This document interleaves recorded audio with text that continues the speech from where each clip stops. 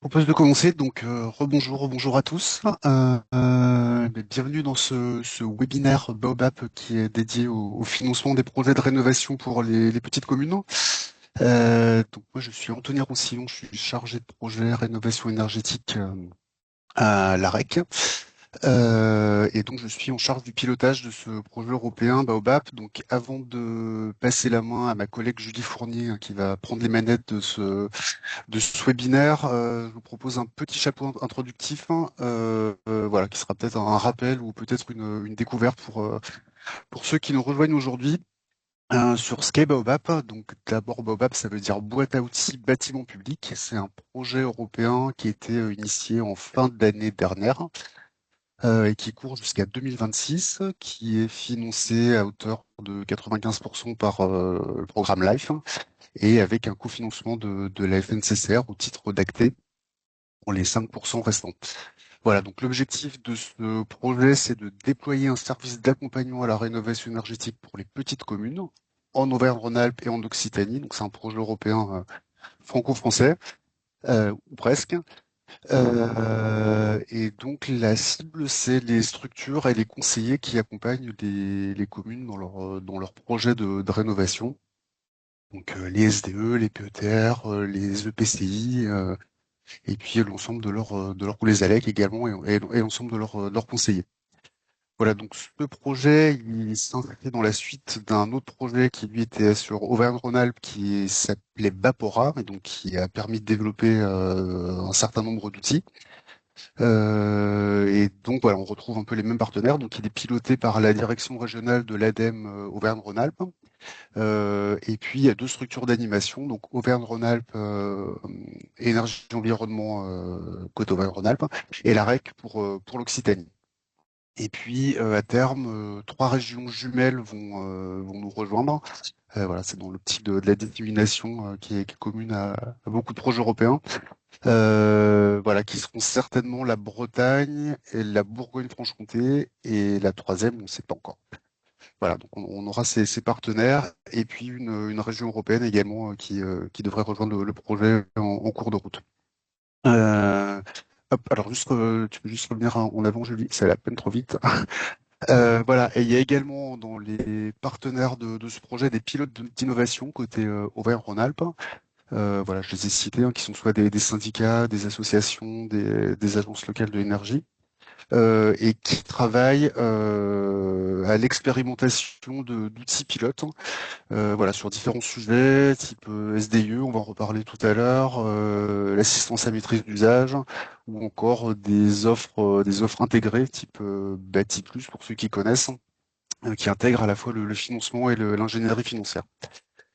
Voilà, et juste pour finir, tu pourras passer à la suivante. Voilà, Baobab s'inscrit dans le parcours bâtiment public en Occitanie. C'est c'est un outil d'animation voilà, qui s'intègre dans le parcours, mais ça, on en dira un petit mot tout à l'heure avec Julie. Voilà, et rapidement, donc les moyens pour la mise en œuvre de Baobab.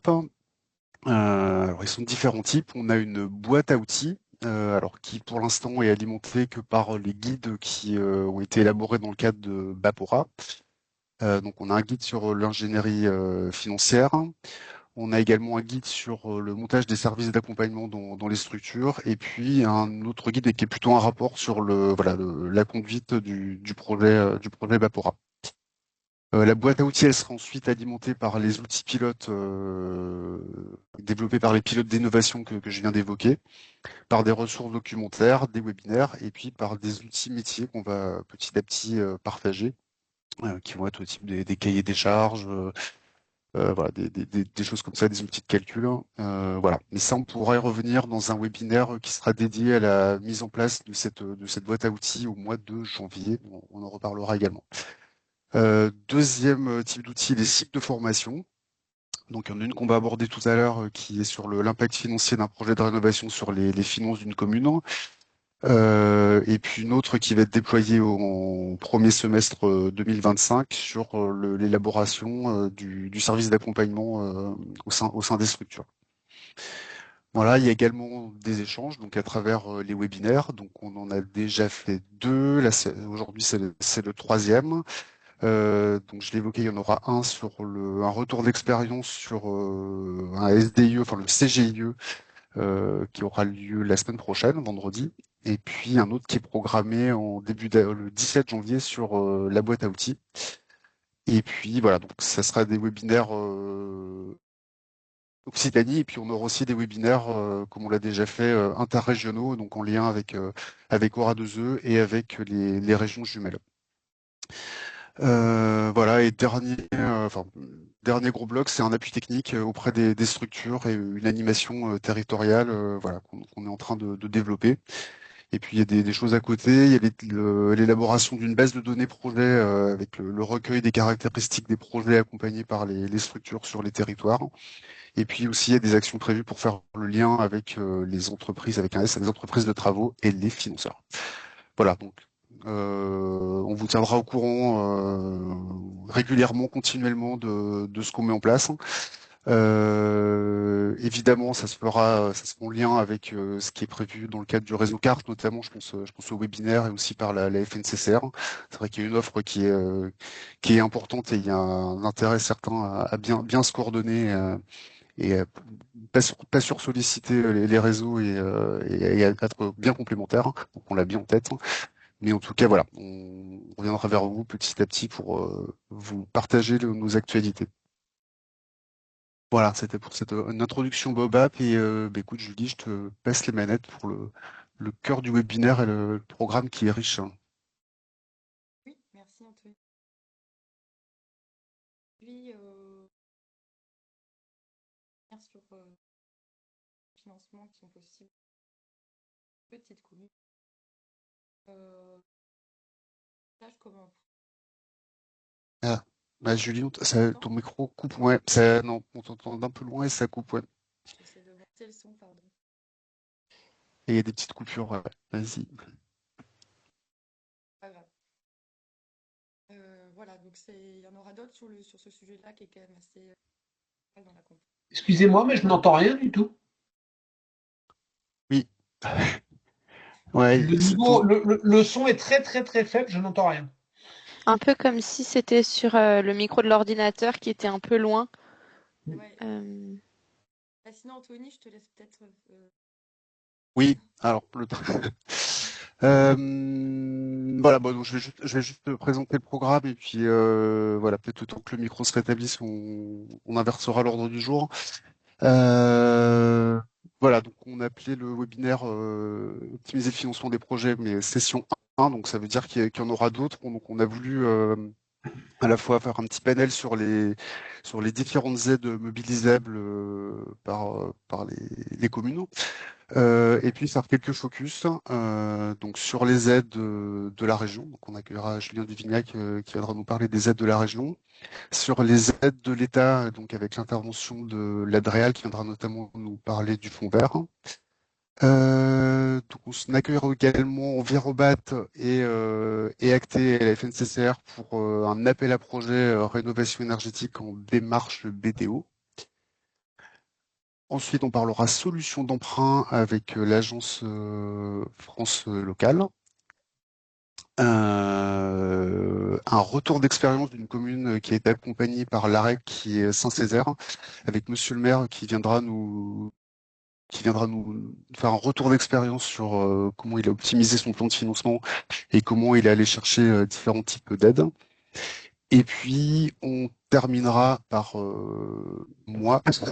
Voilà, je conclurai pour vous présenter la formation ingénierie financière qu'on propose dans le cadre de Baobab qui va être testé très prochainement sur un territoire. On en reparlera. Et voilà, donc je vous présenterai la formation et l'outil qui est associé et qu'on va partager. Alors, est-ce que c'est mieux là? Ouais. Oui. Largement, ouais. Ah, parfait. Comme quoi, une bonne vieille paire d'écouteurs. Parfait. Bah, merci Anthony. Donc, très rapidement, on va avancer sur le parcours bâtiment public. Euh, donc, l'idée de faire un parcours bâtiment public, ça partit évidemment des constats qu'on partage tous, dans le sens où vous accompagnez tous au quotidien des petites communes dans le lancement de projets, dans le financement de projets, et surtout quand c'est lié au bâti, on sait que c'est toujours un peu plus, ça demande beaucoup plus d'investissement. Donc voilà, 80% des consommations énergétiques des communes proviennent des bâtiments communaux. C'est le deuxième poste de dépense des collectivités. Et on pourrait rajouter aujourd'hui que voilà, les budgets des collectivités sont largement en tension avec le contexte actuel. On s'inscrit dans le cadre du plan Habitat durable de la région Occitanie, hein. Donc il y a tout un panel de mesures pour répondre aux problématiques du logement avec des mesures à court et moyen terme.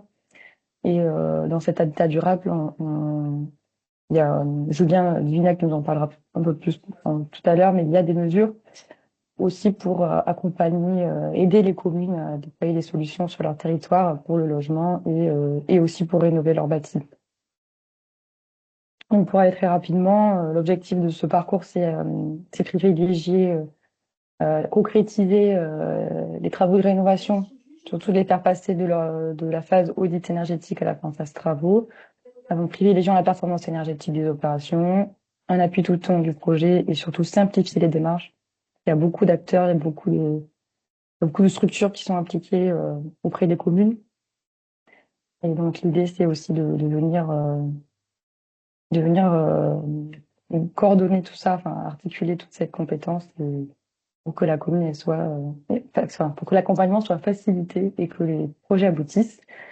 Donc, on parle de petites communes, c'est surtout les communes dont le nombre d'habitants est inférieur à 5000 et ces projets donc ambitieux hein, qui visent une économie d'énergie à minima de 40%.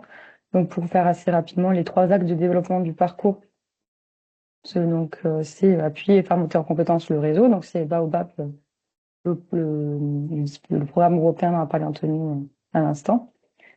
Deuxième axe, c'est faciliter l'accès aux solutions de financement et de tiers financement. Et ensuite, compléter l'offre d'accompagnement sur les territoires.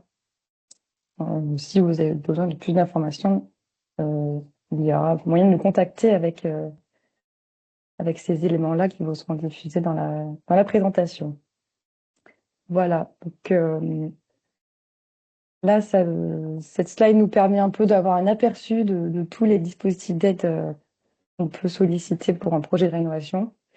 Évidemment, c'est en constante évolution. Alors, sûrement il y a des choses qui ont été mises à jour, mais ça évolue souvent. C'est la problématique que rencontrent les communes aussi pour suivre les procédures, pour déposer les dossiers de demande.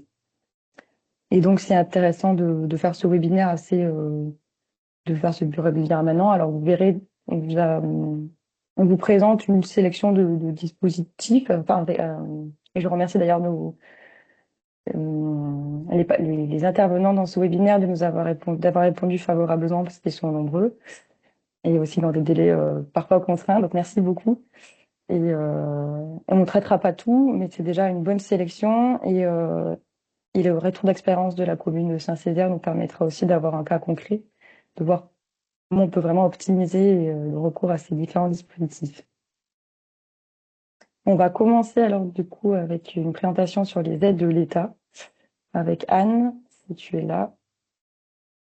Anne Forêt, chargée de mission bâtiment durable, direction de l'aménagement, département bâtiment et la construction à l'Adrial. Oui, bonjour à tous et à toutes. Donc, je vais vous présenter les aides de l'État. Je vais vous présenter le fonds vert, la dotation, la DETR, dotation équipement rural, la DECIL, dotation de soutien à l'investissement local.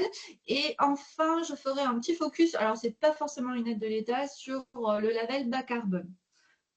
Est-ce que c'est moi qui passe les... Non, c'est pas moi qui passe les... vous pouvez, voilà. Alors, sur le fonds vert.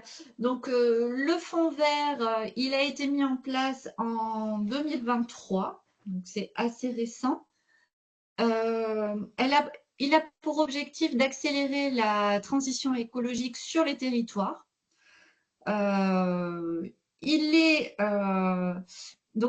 C'est une gestion déconcentrée, donc c'est-à-dire qu'il est attribué, les crédits sont délégués au préfet de région et ensuite le préfet de région les répartit entre les différents départements de sa région. Alors, nous sommes au sein de la DREAL, donc on dépend du ministère de l'Environnement. Donc, effectivement, on sensibilise sur ce fonds vert, mais c'est vrai que on n'en a pas l'instruction ni la gestion des crédits, ça passe vraiment par les préfets. Et certains préfets demandent aux directions départementales des territoires et de la mer à faire l'instruction technique. Mais après, de toute façon, en dernier lieu, c'est le préfet qui attribue ou pas le fonds vert en fonction des projets. Donc, c'est un fonctionnement qui se veut souple avec des mesures fongibles. Donc, ça, je vais le montrer après. Il y a plusieurs axes. Et effectivement, les crédits peuvent financer différentes mesures. Ce n'est pas lié à une seule mesure. Le dépôt des demandes pour le financement des projets se fait au fil de l'eau, c'est-à-dire tout au long de l'année. Ça ne répond pas à des appels à projets. Et puis, effectivement, le but, c'est de répondre à des critères écologiques pour participer à l'atteinte de la neutralité carbone de la France en 2050. Donc, on peut passer à la diapositive. Ah, c'est peut-être moi. Non, je ne peux pas. À la diapositive suivante. Oui, pardon, Anne, c'est moi. Donc, il n'y a pas de souci. Voilà. Merci. Voilà, donc donc le fonds vert, il s'appuie autour de 3 axes. L'axe performance environnementale, l'axe adaptation au changement climatique et l'axe amélioration du cadre de vie. La rénovation énergétique des bâtiments publics locaux dépend de l'axe performance environnementale. Et effectivement, les crédits qui peuvent financer, c'est pas focus sur une aide. En revanche, il y a une mesure transversale qui est l'appui à l'ingénierie, qui, elle, est cumulable avec les autres mesures du fonds vert. Voilà, pour passer rapidement sur les différents axes. Alors, des outils ont été mis en place pour accompagner la constitution des dossiers. Donc, il y a le guide des décideurs. Voilà. Il y a après un guide d'accompagnement pour chacune des mesures, sur une dizaine de pages. Et après, sur le site Aide Territoire, il y a des fiches d'aide, une foire aux questions sur chacune des mesures et l'accès au formulaire de demande. Et il y a aussi des webinaires spécifiques pour chacune des mesures qui ont été enregistrées en début d'année. Voilà ce que je peux vous dire sur les outils d'accompagnement. Pour 2025, pour l'instant, rien n'a été encore décidé, compte tenu. Pour l'instant, il n'y a pas trop eu d'arbitrage, il n'y a même pas d'arbitrage. Donc, ce qu'on peut dire, c'est que ça va être maintenu. Voilà. Et sur la rédaction, ce sera sans doute fin d'année, début d'année, pour disposer du guide des décideurs locaux et des cahiers d'accompagnement. Donc, les enjeux du fonds vert, c'est améliorer la performance énergétique des bâtiments pour réduire les consommations énergétiques et assurer un meilleur confort des agents, des personnes qui y travaillent, des usagers. Voilà, bon. On peut passer à la diapositive suivante. Donc, alors, qui est-ce qui concerne? Donc, il concerne les bâtiments publics des collectivités, donc les bâtiments tertiaires et les logements communaux. Voilà. Il peut aussi financer les logements. Il doit répondre à des critères d'éligibilité qui sont définis dans le cahier d'accompagnement. Et il y a 2 critères de sélection principaux, donc répondre à l'atteinte des économies d'énergie. Et cette année, la priorité était faite aux bâtiments scolaires et particulièrement aux écoles. Voilà. Donc les critères d'éligibilité des projets, c'est 40% d'économie d'énergie et une réduction significative des émissions de gaz à effet de serre, Donc le fonds vert ne finance pas les chaudières fuel, ne finance pas les équipements de gaz. Le gaz sort de l'assiette du fonds vert, de l'assiette éligible au titre du fonds vert. Il peut financer des chaudières hybrides, mais avec un pourcentage d'énergie renouvelable à respecter. Voilà. Ensuite, l'articulation avec les autres dispositifs liés à la rénovation des bâtiments.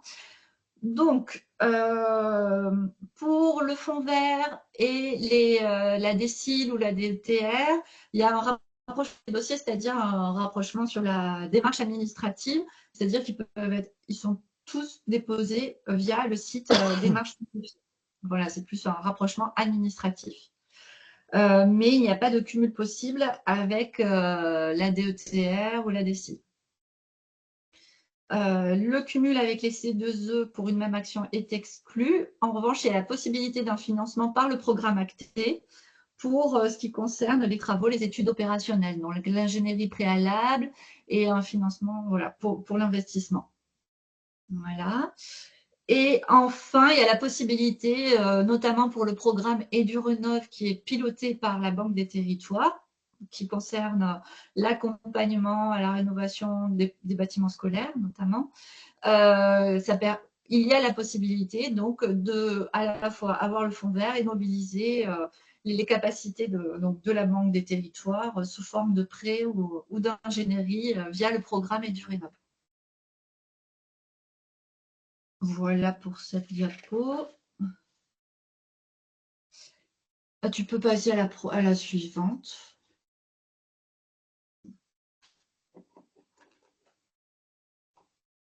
Il y en a. Ah non, il n'y en avait pas une avant. Ah voilà, oui, confort d'été. Oui, voilà, c'était pour indiquer la nouveauté sur 2024. Il y a une sous-mesure qui finance la rénovation énergétique pour prendre en compte le confort d'été avec des solutions passives, hein, pas de clim. Et donc, dans le cahier d'accompagnement, on retrouve les gestes qui sont éligibles pour les murs, donc avec des débords de toit, pour les baies, avec par exemple des brises soleil orientables, des protections solaires, les ventilations avec des dispositifs de brassage de l'air, l'équipement par des équipements de rafraîchissement des espaces intérieurs par le sol. Donc ça correspond au puits provençal. Voilà, donc ça c'était la nouveauté sur 2024 pour ça rejoint l'adaptation au changement climatique. Et donc ce sera sans doute maintenu pour 2025. Voilà, alors on va passer à la DETR et la DSIL. Donc, c'est d'autres aides de l'État. Alors, bon, j'imagine que vous les connaissez. Bon, c'est une piqûre de rappel. Donc, ce sont deux dotations. La DETR, elle est attribuée par le préfet. Alors, elles sont toutes les deux attribuées par le préfet, dans tous les cas. La DETR, elle concerne les communes de moins de 2000 habitants, les communes nouvelles, les EPCI qui sont sans enclave et d'un seul tenant de moins de 75 000 habitants. Et elle concerne la réalisation d'investissements, des projets dans le domaine économique, social, environnemental, sportif, touristique. Et pour la DSIL, c'est à peu près pareil, sauf qu'elle est attribuée pour toutes les communes et EPCI. Voilà. Ce qu'on peut dire en Occitanie sur la DETR et la DSIL, Julie, c'est sur la suivante, la diapo suivante, c'est qu'il peut y avoir des bonus donc dans la dotation, dans les dotations en fonction du contenu des projets de rénovation énergétique. Donc, alors, c'est dans certaines préfectures qui le prévoient. Donc, si le projet prévoit l'emploi de matériaux bio et géosourcés, il peut y avoir un bonus si effectivement il y a une majorité de recours de ces matériaux bois, par exemple. Dans ces cas-là, il peut y avoir un bonus qui va jusqu'à 10%. Si c'est du bois local, ça peut être 5% supplémentaire. Donc ça, c'est vraiment selon les départements. Hein. certaines préfectures qui ont souhaité vraiment inciter sur la qualité des rénovations énergétiques. Et après, il y a aussi des possibilités de bonus en fonction du type de rénovation, c'est-à-dire du gain réalisé par les rénovations. Si par exemple, d'ores et déjà, le projet de rénovation énergétique il va coïncider avec les objectifs du dispositif éco-énergie tertiaire, c'est-à-dire s'il va faire 40% d'économie d'énergie, il pourra y avoir un bonus de cette dotation de l'ordre de 10%. Mais ça dépend, il faut regarder effectivement chacune des circulaires de chacun des départements pour voir si ce bonus peut être mis en place ou pas. Et enfin, il y a un département où la dotation est conditionnée à la mise en accessibilité des bâtiments des collectivités. Donc, c'est une obligation réglementaire, l'accessibilité des bâtiments, des établissements qui reçoivent du public. Mais toutes les collectivités n'ont pas réalisé tous les aménagements pour que leurs bâtiments soient accessibles. Et donc, en revanche, il y a une préfecture voilà, qui demande soit l'engagement, soit ce que cette conformité ait été mise en place pour délivrer la dotation, la DETR ou la DSIL. Voilà pour les dotations. Et enfin, alors ça, c'est pas proprement parler une aide, c'est plus une information sur le label bas carbone. Donc, il a été mis en place en 2018, il a été modifié en 2022.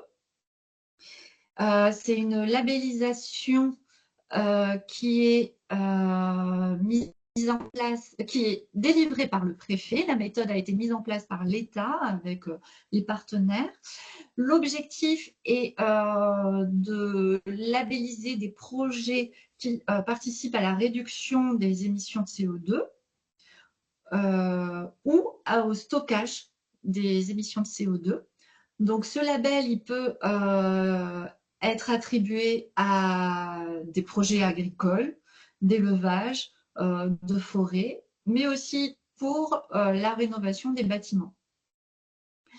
Les financeurs peuvent être des citoyens qui souhaitent participer, contribuer aux économies de CO2, des entreprises qui ont une obligation de compenser leurs émissions de CO2. Voilà, c'est assez vaste.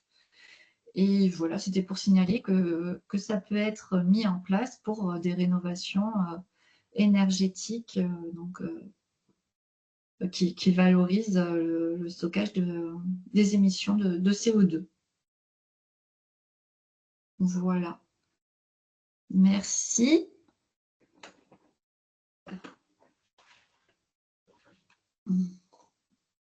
Merci Anne. Alors n'hésitez pas aussi si vous avez des questions. À la fin de chaque partie, ça peut être le moment de les poser. Voilà. N'hésitez pas à prendre le micro. On est une petite cinquantaine. Et sinon, on peut aussi répondre directement dans la partie questions écrites. Il y a quelques questions dans le chat, notamment sur la possibilité de cumuler les C2E avec le fond vert. On peut peut-être les prendre. Alors, dans le cahier d'accompagnement qui est sur la rénovation des bâtiments publics locaux, il y a indiqué que le cumul fond vert avec les C2E est exclu. Mais il est possible sur certains gestes, comme le coup de pouce chauffage des bâtiments résidentiels collectifs et tertiaires. Voilà, mais sinon il est exclu. Voilà, et il y a aussi une question sur les bonus et les préfectures qui pratiquent ou qui offrent ce bonus dont tu parlais tout à l'heure. Alors la question c'est... La question c'est quelles sont les préfectures qui pratiquent les bonifications que tu évoquais tout à l'heure. Il y en a plusieurs. Alors, ça ce sera l'information que j'ai sur 2024 et pas sur 2025. Il faut que je retrouve mon petit plan bête. Pour certaines, c'est uniquement sur les matériaux biosourcés. Pour d'autres, c'est les deux avec la rénovation énergétique. Donc, pour les biosourcés, il y a l'Ariège, l'Aude, la Lozère. Voilà, il y en a plusieurs. En fait, il faut se référer vraiment. Je peux le mettre dans. Voilà. Je peux le mettre. Donc, pour le bonus biosourcé, il y a effectivement l'Ariège, l'Aude, le Gard, le Gers, le Lot, la Lozère. Voilà. Pour la Réno, c'est l'Ariège, l'Aveyron, le Gers, le Lot. Voilà. Après, là, elles vont être. Les préfectures reprennent les circulaires pour 2025, donc ça va peut-être évoluer. Mais effectivement, c'est pour inciter, voilà, c'est une mesure incitative, hein, c'est pas obligatoire, hein. C'est vraiment à la volonté du porteur de projet et donc il bénéficie d'un bonus de dotation.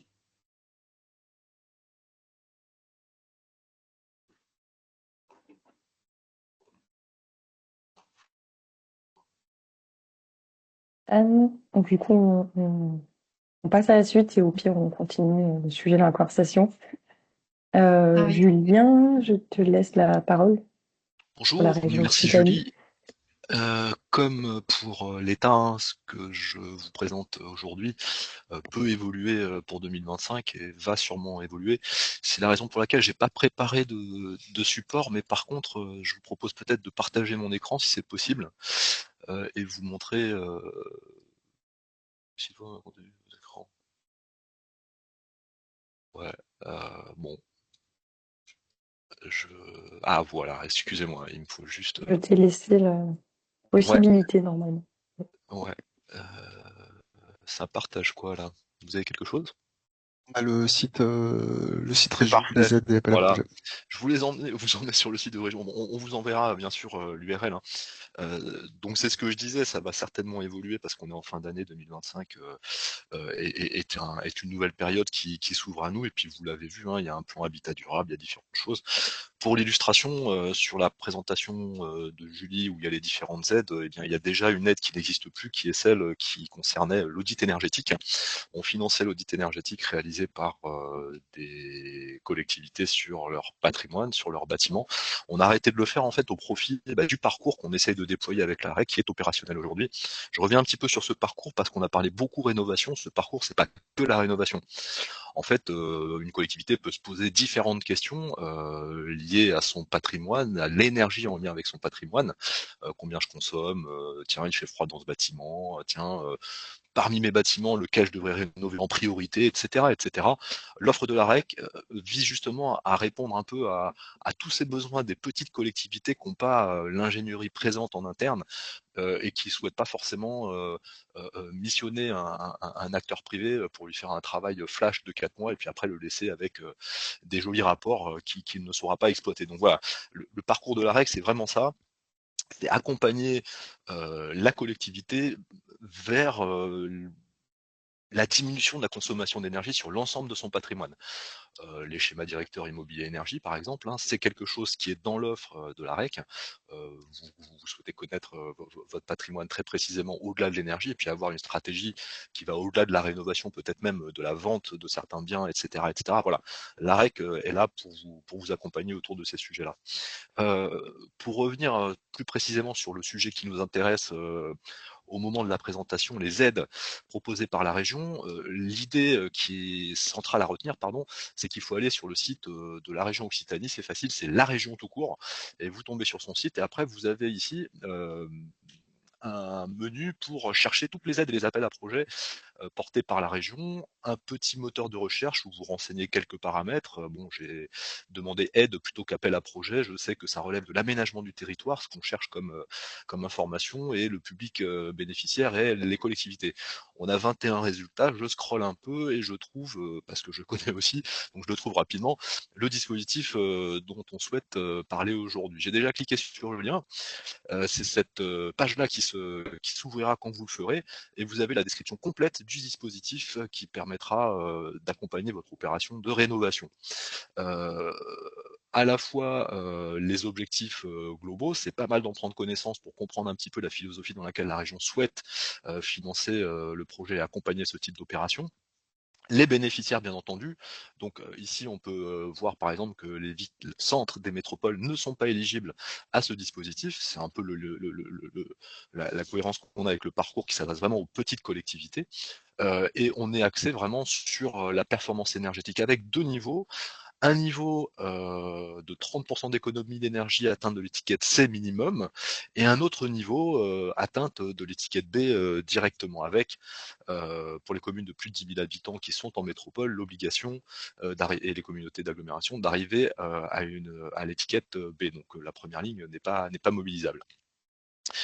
Et comme je le disais, la région souhaite accompagner les collectivités à rénover le patrimoine qui vaut le coup quelque part. Je vais illustrer, hein, rénover un bâtiment qui va fonctionner une demi-heure par an, j'exagère un petit peu, c'est pas forcément quelque chose qui va atteindre une efficience et un équilibre technico-économique complètement convaincant. En revanche, il peut y avoir juste à côté une école qui est une passoire énergétique qui fonctionne longtemps avec des problèmes de confort, des problèmes de facture énergétique, peut-être aussi des problèmes d'entretien. Vous savez, le ménage coûte très très cher.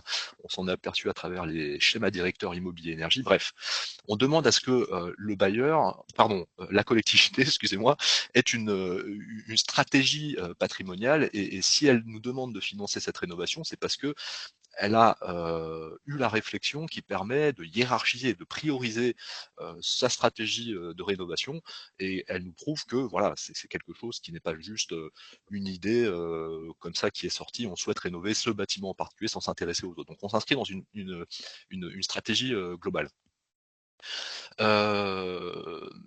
On a ici la liste des dépenses éligibles, hein, voilà, donc ça on va pas t'étendre là-dessus.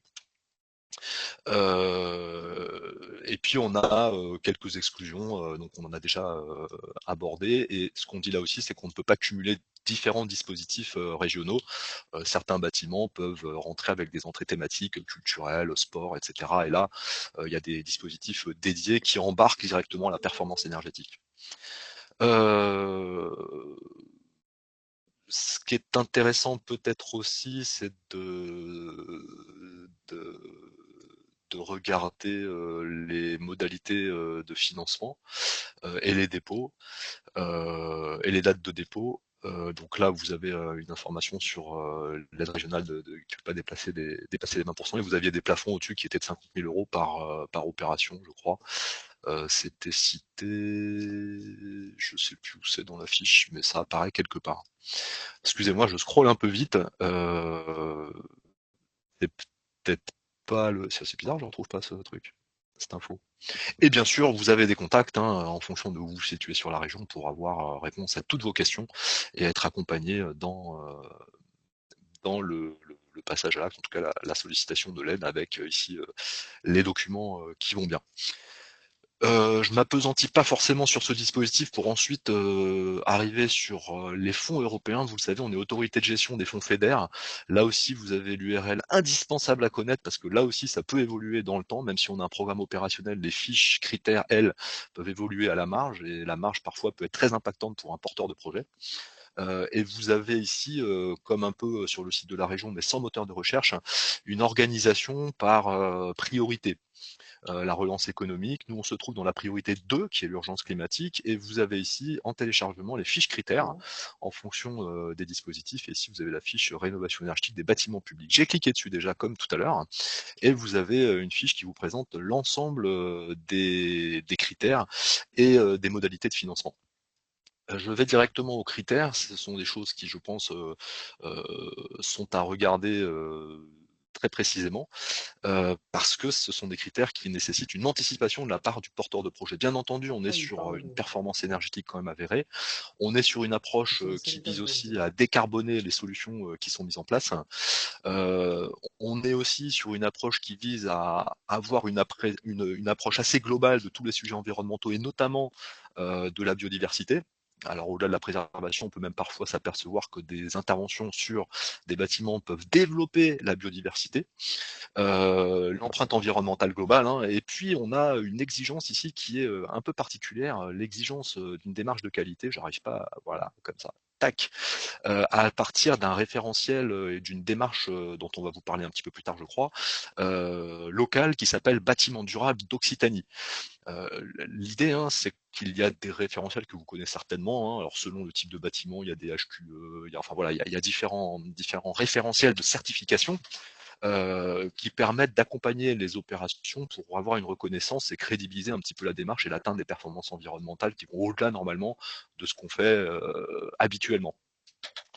On s'est aperçu que dans ces référentiels n'étaient pas prises en compte toutes les spécificités locales et on l'a vérifié très rapidement sur l'approche climatique. Le climat méditerranéen n'était pas tellement pris en compte dans ces référentiels-là et on pouvait avoir des critères qui nous emmenaient finalement à des contre-performances.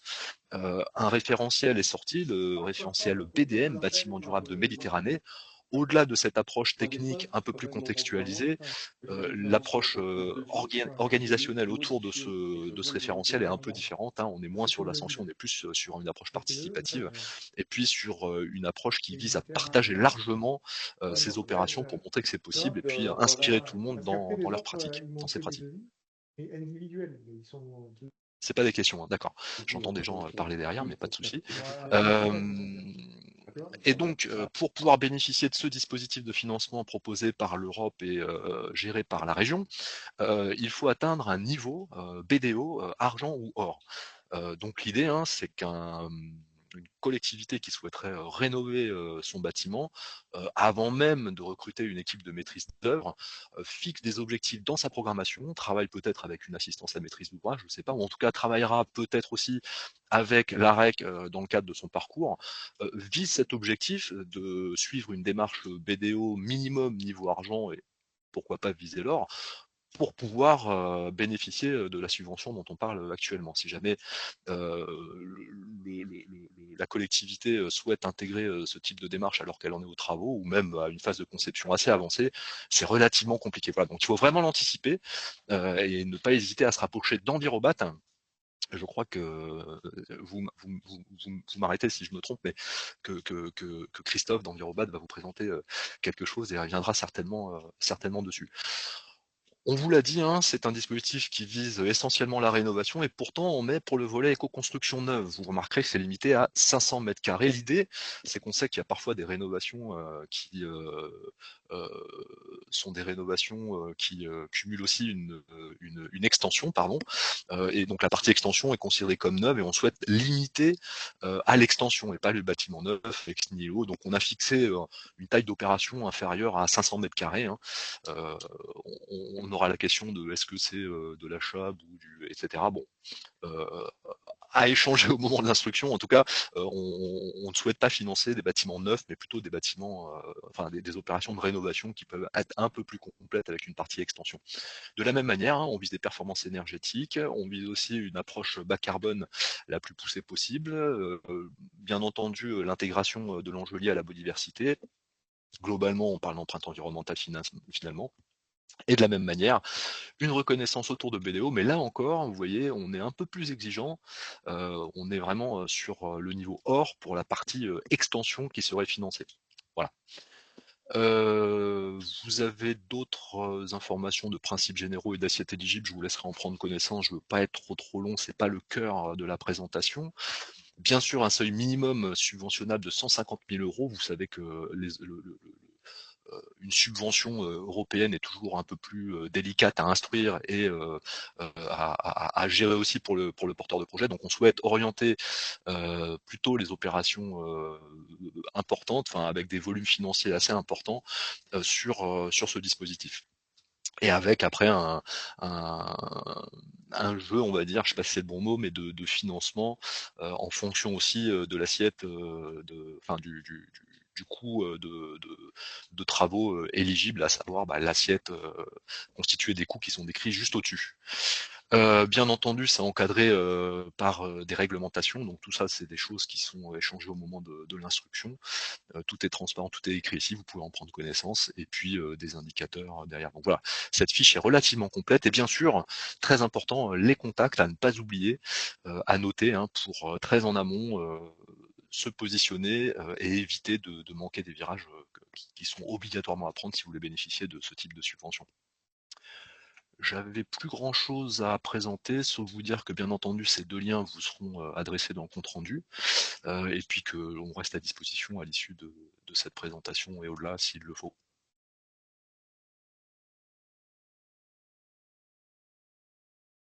Merci Julien, merci beaucoup. De la même manière, on peut regarder s'il y a des questions. Je crois pas. Je la fenêtre.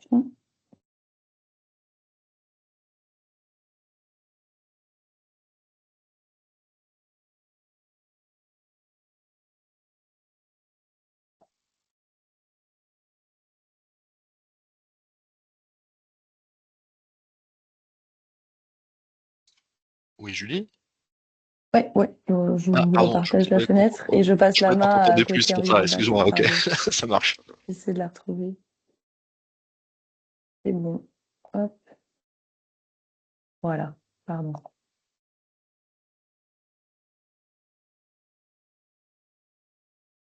Et donc, on va repasser la main côté donc, présentation de l'appel à projet.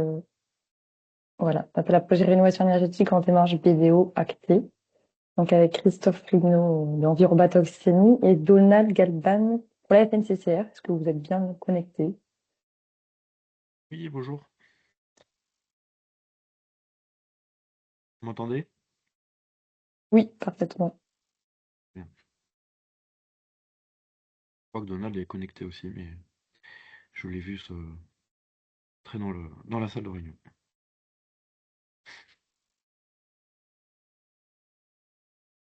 Est-ce que vous voulez que je diffuse ma présentation ou c'est vous qui la passez? Bonjour. Bien celle-là, normalement, je peux la passer. Ok.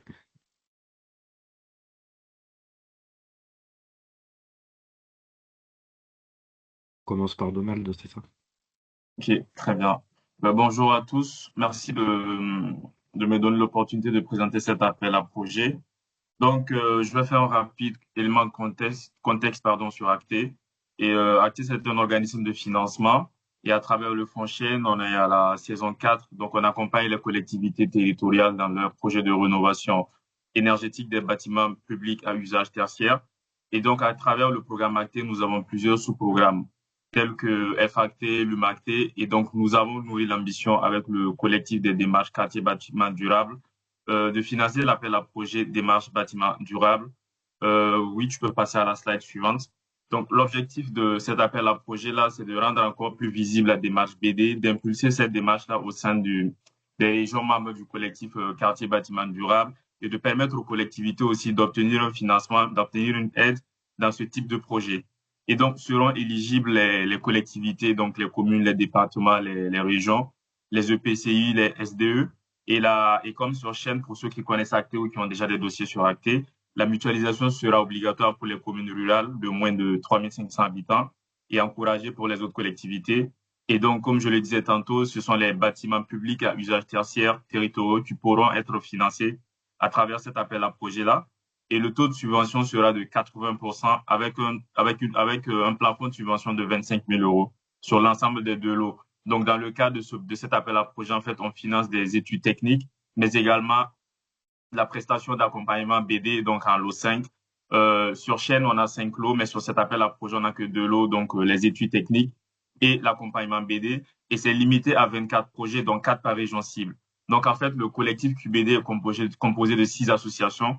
Et dans chaque association, chaque région, nous avons convenu qu'il y ait 4 projets par région. Donc, pour les régions cibles, on a PACA, Occitanie, Bourgogne-Franche-Comté, Nouvelle-Aquitaine, Bretagne et Île-de-France. Donc, l'objectif déjà, c'est de vraiment pouvoir impulser cette démarche au sein de cette région, puis ensuite, dans une deuxième tranche, ouvrir cet appel à projet aux autres régions qui ne sont pas encore membres de ce collectif-là et d'avoir ce levier incitatif qui va permettre à d'autres régions également de pouvoir candidater à cet appel à projet. Et donc, à travers cet appel à projet aussi, on a pour ambition de produire des ressources et de capitaliser un retour d'expérience pour maximiser le volet également incitatif à travers cet appel à projet BD. Et on peut passer à la slide suivante pour le calendrier. Donc, au niveau du calendrier, l'appel à projet est ouvert depuis le 1er décembre 2024 sur la plateforme Acté et les candidatures se poursuivront jusqu'au 1er mars 2025 avec un jury qui aura lieu courant mars 2025 et une annonce de lauréat courant avril 2025. Donc, tel est le calendrier que nous avons défini pour cet appel à projet. Mais pour toute question concernant le fond de l'appel à projet, l'éligibilité ou même le financement, n'hésitez pas à me contacter moi-même ou Sami Hamdi. Je pense que tu peux passer à la slide suivante. N'hésitez pas à me contacter moi-même ou Sami Hamdi. Vous avez nos adresses mail et pour info, on a un webinaire de présentation qui aura lieu la semaine prochaine, le mercredi 11 décembre à 11h30. Donc, vous y êtes tous invités. Vous pouvez vous inscrire directement en scannant ce QR code qui vous donnera accès au site internet de l'appel à projet. Et vous pourrez également voir le cahier des charges type de l'appel à projet et vous inscrire également pour ce webinaire. Ça sera tout pour ma part et si vous avez des questions, je les prends. Oui, pour cet appel à projet, ça ne finance que les études de l'AP bâtiment durable. Donc, ce sont des études spécifiques, donc des études de qualité de l'air, confort d'été, de la simulation thermique dynamique, de l'analyse de site environnemental. Donc, c'est vraiment ces études-là. Vous pourrez obtenir plus d'informations à travers le cahier des charges en scannant le QR code.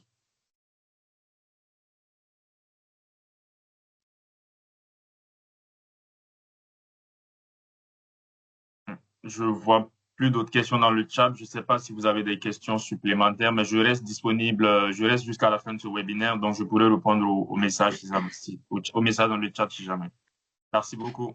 Je passe la parole.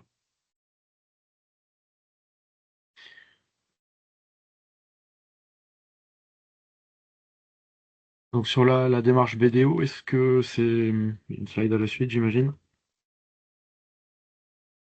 Alors je peux te laisser la main parce que j'ai pas reçu d'autres présentations que celle-là. Donc si tu veux diffuser directement.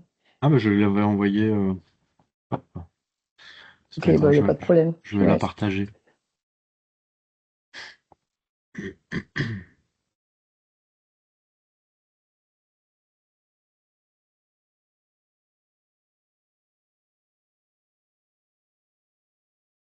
Est-ce que vous voyez mon écran? Oui. Hop. Donc, je vais essayer sur la slide suivante. Donc, Envirobat Occitanie, qu'est-ce qu'on y fait? On est un centre de ressources et un réseau d'acteurs, donc association loi 1901, à destination des professionnels de l'aménagement et du bâtiment en région Occitanie. On a un réseau d'à peu près d'un peu plus de 300 professionnels aujourd'hui, avec une grande part de représentants de la maîtrise d'œuvre, mais aussi de la maîtrise d'ouvrage, des entreprises travaux, des associations, etc. On est 13 salariés répartis à Toulouse et à Montpellier et on travaille principalement sur les 5 piliers d'expertise que vous voyez à l'écran, dont celui des démarches BDO et QDO, dont je vais vous parler juste après. Il faut savoir que l'association elle est financée à hauteur d'à peu près 50% par les fonds publics, notamment ADEME et Région Occitanie. Et puis après, on a une part d'autofinancement apportée notamment par les démarches d'accompagnement BDO-QDO et aussi par tous les axes de formation que l'on met à disposition des professionnels en région. Et puis la dynamique, pour vous donner un ordre d'idée, c'est 2024, c'est 80 adhérents de plus par rapport à 2023. Par rapport à la démarche, donc comme le disait Donald à l'instant, donc on fait partie du collectif des démarches quartiers et bâtiments durables Occitanie, comme 5 autres régions, et où les démarches sont déployées. Et on a déployé depuis maintenant une dizaine d'années la démarche en Occitanie. Donc c'est une démarche, comme le disait aussi Julien, qui est adaptée aux spécificités du territoire, de la région, puisqu'on adapte le référentiel au contexte de la Méditerranée, de la zone de montagne, des plaines et collines de l'arrière-pays toulousain. Et Et donc, qui dit démarche adaptée au territoire, dit démarche adaptée aussi aux typologies de bâtiments, puisque voilà, le public cible de ce webinaire, c'est les bâtiments tertiaires ou les bâtiments d'enseignement en rénovation. Et bien la démarche, elle s'adapte vraiment à ces bâtiments-là. Elle est aussi adaptée à l'ambition environnementale des projets, puisque En fait, on a un référentiel qui a été co-construit par les professionnels autour de 7 thématiques, donc à peu près 300 questions qui sont posées au projet. Et en fonction des réponses apportées et des prérequis qui sont visés au préalable par l'équipe projet, on peut atteindre différents niveaux d'ambition dans la démarche. Ça se représente par des médailles de bronze, d'argent ou d'or. Et, euh, et l'objectif d'entrer en démarche nécessite aussi un accompagnement. Un accompagnement BDO, c'est un professionnel qui est missionné par le maître d'ouvrage et qui est en capacité de pouvoir remplir le référentiel, apporter les justificatifs en face de chaque critère qui sont cochés par l'équipe projet. Et tout ça pour préparer aussi le passage en commission. Et l'accompagnement, il va se faire tout au long de la vie du projet. C'est ça qui est intéressant dans la démarche, c'est que à la fois dans l'évaluation, donc je vais parler des commissions juste après, mais aussi dans l'accompagnement, voilà, l'accompagnateur, il est là dès le début. Alors, on a marqué conception, mais bien évidemment, plus tôt on prend le projet à bras-le-corps sur les aspects environnementaux, et plus tôt ils seront enfin, toutes les ambitions environnementales seront intégrées dans le projet. Et donc on a un parcours de la conception jusqu'à l'usage dans la démarche, mais moi j'incite le maître d'ouvrage à intégrer la démarche environnementale dès le programme.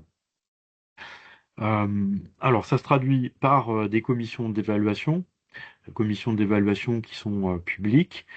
L'objectif, c'est d'être évalué par les pairs, c'est-à-dire qu'autour de la table, on a des maîtres d'ouvrage, des architectes, des entreprises, des AMO, des bureaux d'études, des experts en tout genre, qui sont là pour évaluer les projets. C'est pas Envirobat fait l'instruction technique du projet, mais ce sont bien les professionnels qui valident les projets d'autres professionnels. Et là, l'objectif, il est double. C'est à la fois de faire progresser les projets à chaque étape, la conception, la réalisation et aussi l'usage, mais aussi contribuer à la montée en compétence de tous ceux qui participent à la commission. Puisqu'autour de la table, enfin dans l'assemblée, pardon, vous retrouvez tous les professionnels qui sont intéressés pour prendre du retour d'expérience. Et nous, l'objectif ultime derrière, c'est de valoriser à la fois les opérations, les acteurs, mais aussi tous les retours d'expérience plus transversaux que l'on peut trouver dans la démarche. Et pour ça, on a une cartographie des opérations exemplaires et aussi un certain nombre d'éléments qui sont à disposition sur notre site internet dans la rubrique démarche BDO. Donc, pour résumer, en gros, la démarche, elle permet de re-questionner ou questionner les ambitions et les potentialités du projet au niveau environnemental, et ça le plus tôt possible, idéalement dès le programme. Et ça permet aussi de donner un cadre assez précis et ça permet d'assurer un suivi à toutes les étapes. Et comme l'a si bien dit Julien juste avant, on est dans une approche participative, il n'y a pas de sanction, on est vraiment dans le partage du retour d'expérience. Donc c'est ça qui fait la force de la démarche puisqu'on travaille pour l'intérêt général. Je vous ai mis à la suite de ça une slide consacrée aux démarches. Donc voilà, ça c'est la page d'entrée. Vous y retrouverez un certain nombre d'informations, le mode d'emploi, la liste des accompagnateurs BDO. Vous pourrez consulter les cartographies, vous inscrire aux commissions si vous le souhaitez. Identifier aussi les aides financières. Alors là, j'ai repéré quelques aides dans les présentations précédentes que je vais rajouter sur cette page-là, puisque c'est hyper intéressant pour nous de pouvoir valoriser aussi toutes les aides qui existent. Et puis, il y a un certain nombre d'outils aussi, notamment qui se traduisent par un tableau de bord des indicateurs par thème de la démarche. Et puis, pardon, je suis allé trop vite. Donc sur cette cartographie, vous retrouverez, pour vous donner un ordre d'idée, à peu près 250 opérations qui ont vu le jour depuis une dizaine d'années. Donc n'hésitez pas à consulter, toutes ces ressources sont accessibles en ligne et gratuitement. Et puis pour creuser un peu le sujet le sujet de la rénovation aussi, puisque c'était le sujet du jour. Mes collègues, Laura et Léa, travaillent sur ce sujet dédié de la rénovation et elles ont construit pas mal de pages avec de la ressource disponible que vous pourrez consulter aussi sur notre site internet. Donc je vous invite à aller sur cet espace-là. Voilà. Et puis, si vous avez des questions spécifiquement sur la démarche BDO, on est 3 à travailler dessus. Il y a Alain Brochard, Sandrine Castagnier et moi-même. Donc, n'hésitez pas à nous contacter si vous avez des questions. Voilà, ce sera tout pour moi. Merci. Présentation très, très riche.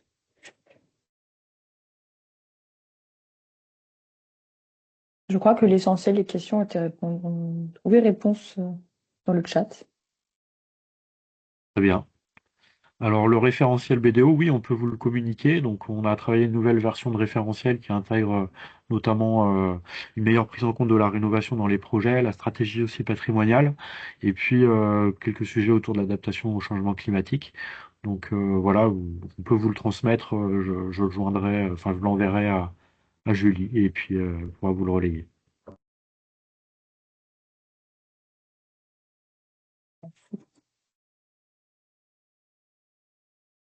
On passe maintenant aux solutions d'emprunt avec une présentation de l'Agence France Locale.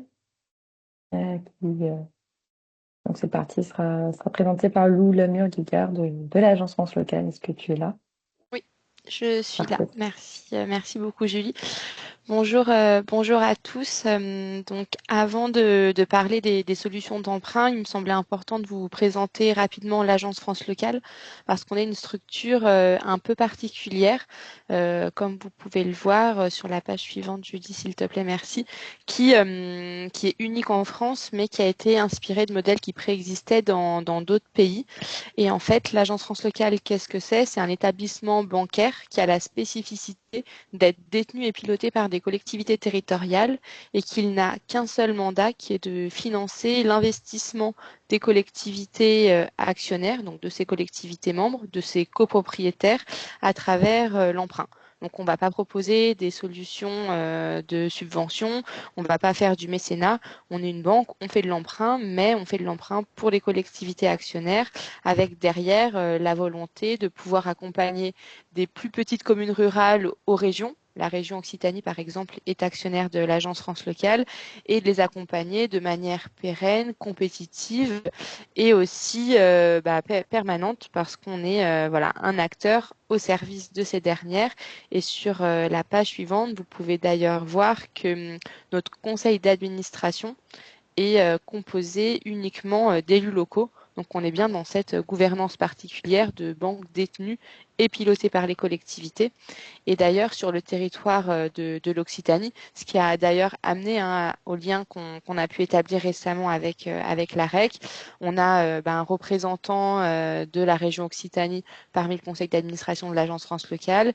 Et puis on a également notre vice-président, Monsieur Sacha Briand, qui est un élu assez connu sur la région Occitanie, même s'il est plus au niveau de Toulouse, donc adjoint aux finances à la ville de Toulouse, vice-président aux finances de la métropole, et il est également au niveau du syndicat de transport, parce qu'au niveau de l'AFL, on peut accompagner des collectivités, mais on peut également accompagner des syndicats. Et sur la page suivante, s'il te plaît, Julie, on peut voir qu'on travaille avec voilà, un nombre assez important de syndicats, dont certains syndicats d'énergie et dont certains syndicats d'énergie d'ailleurs qui se situent sur la région Occitanie.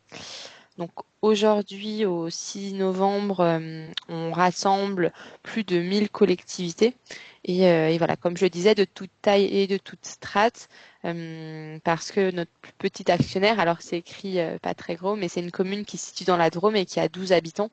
Donc on est en mesure d'accompagner tout le monde. Et vu que le programme, justement, Baobab, de ce que j'ai cru comprendre, vise aussi à accompagner les petites collectivités, on est vraiment un outil à la main de ces dernières.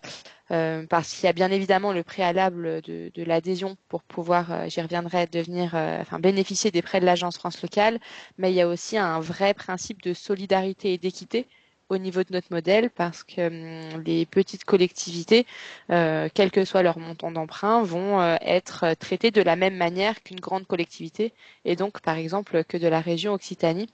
Et il n'y a pas d'effet de seuil pour une collectivité où plus elle emprunte, meilleures sont ses conditions financières. Non, non, on travaille sur les conditions de marché avec tout le monde de la même manière. Sur la page suivante, Julie, s'il te plaît, on a une vue rapide de ce qu'est l'Agence France Locale. Donc, on a prêté plus de 10 milliards d'euros à nos collectivités seulement actionnaires. Donc on commence à avoir une place un peu particulière et un peu de plus en plus importante dans le paysage bancaire des collectivités, sachant que je ne l'ai pas précisé, mais on est un établissement assez récent. On s'est inspiré des pays nordiques dont nos homologues ont parfois été créés à la fin du 19e siècle, mais nous, on a été créés en 2013. C'est une loi qui a permis aux collectivités de créer leur propre établissement bancaire. Et il y a eu la phase de construction et en fait, on ne finance les collectivités que depuis 2015. Donc au final, c'est assez récent. Et notre modèle est également particulier parce que nous n'avons pas d'organisation en région. On est voilà, dans un modèle hyper, on va dire, simplifié pour pouvoir baisser les marges et donc le coût du crédit pour les collectivités. Et on est une quarantaine de salariés et notre siège est à Lyon. Il ne fallait pas être à Paris, notre siège est à Lyon. Et donc après, on se déplace sur les territoires pour échanger avec les collectivités, actionnaires ou non actionnaires.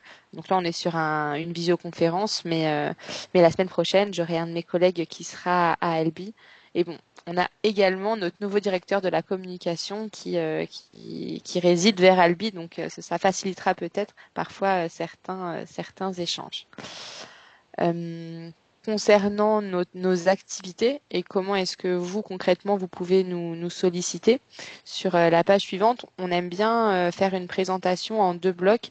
Je pense que c'est un peu petit pour vous. Enfin, quoi que si on met en grand pour vous, je pense que ça ira. On a vraiment un rôle d'accompagnement et d'appui en ingénierie financière et un rôle de financement bancaire. Pour le financement bancaire, on en a déjà parlé.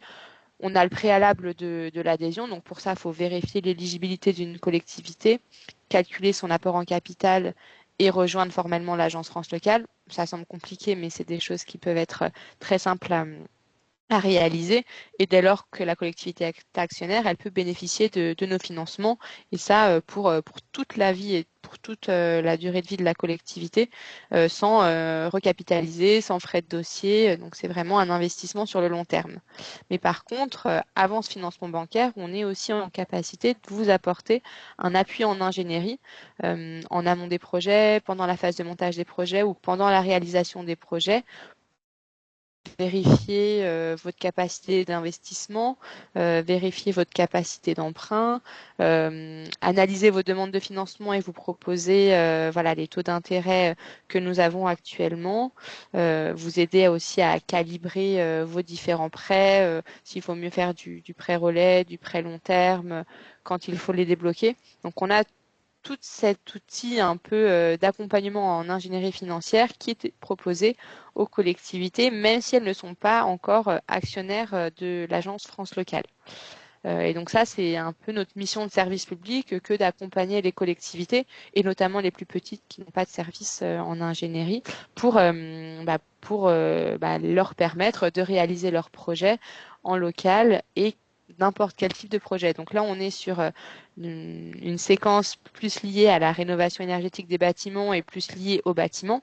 Mais sachez qu'au niveau de l'agence France locale, contrairement à d'autres établissements bancaires, on n'a pas de fléchage de projet, ce qui veut dire que vous pouvez financer tous vos investissements, que ce soit la rénovation énergétique des bâtiments, mais aussi les cimetières, les routes, la salle des fêtes, la construction d'une piste d'athlétisme. On n'a pas de fléchage. Ce qu'on regarde seulement, c'est la solvabilité de la collectivité pour pouvoir lui prêter et donc sa capacité à rembourser. Je vois que dans le chat, il y a une petite question par rapport à la provenance de l'argent qui est prêté par l'agence France locale. Si je schématise et vulgarise un peu le propos, en fait, en tant qu'établissement bancaire, depuis BAL 3, on est obligé d'avoir des fonds propres pour pouvoir exister, avoir l'agrément bancaire et prêter donc à nos tiers, à nos clients, donc aux collectivités. Vu que le modèle de l'agence France locale ne visait que de travailler avec les collectivités territoriales et d'être un peu une sorte de coopérative de collectivités, il a fallu trouver comment constituer les fonds propres de la banque pour garder l'indépendance à la fois vis-à-vis de l'État, mais aussi vis-à-vis des banques privées traditionnelles. Et donc c'est là qu'en regardant dans les pays du Nord, on a découvert ces établissements bancaires qui étaient détenus par les collectivités et donc dont tout le capital, donc tous les fonds propres, provenaient des collectivités territoriales. Et donc nos fonds propres sont amenés par l'ensemble des collectivités qui, de manière solidaire, contribuent au modèle de l'Agence France locale à hauteur de leurs moyens. Après, avec ces fonds propres, là je fais un peu un schéma avec mes mains, quand on a ça de fonds propres, en gros, on peut lever ça sur les marchés obligataires. Et donc, c'est de là, en fait, d'où provient l'argent qui est prêté par l'Agence France locale. J'ai des collègues qui travaillent à la direction des finances et qui vont lever des ressources sur les marchés obligataires et donc vont se présenter pour le compte de toutes nos collectivités sur les marchés, un peu comme le fait l'Agence France Trésor quand elle va lever de la dette pour l'État sur les marchés obligataires. Nous, on a nos collègues qui le font pour le compte des collectivités. Et c'est cet argent-là qui est ensuite redistribué aux collectivités sous forme de prêts.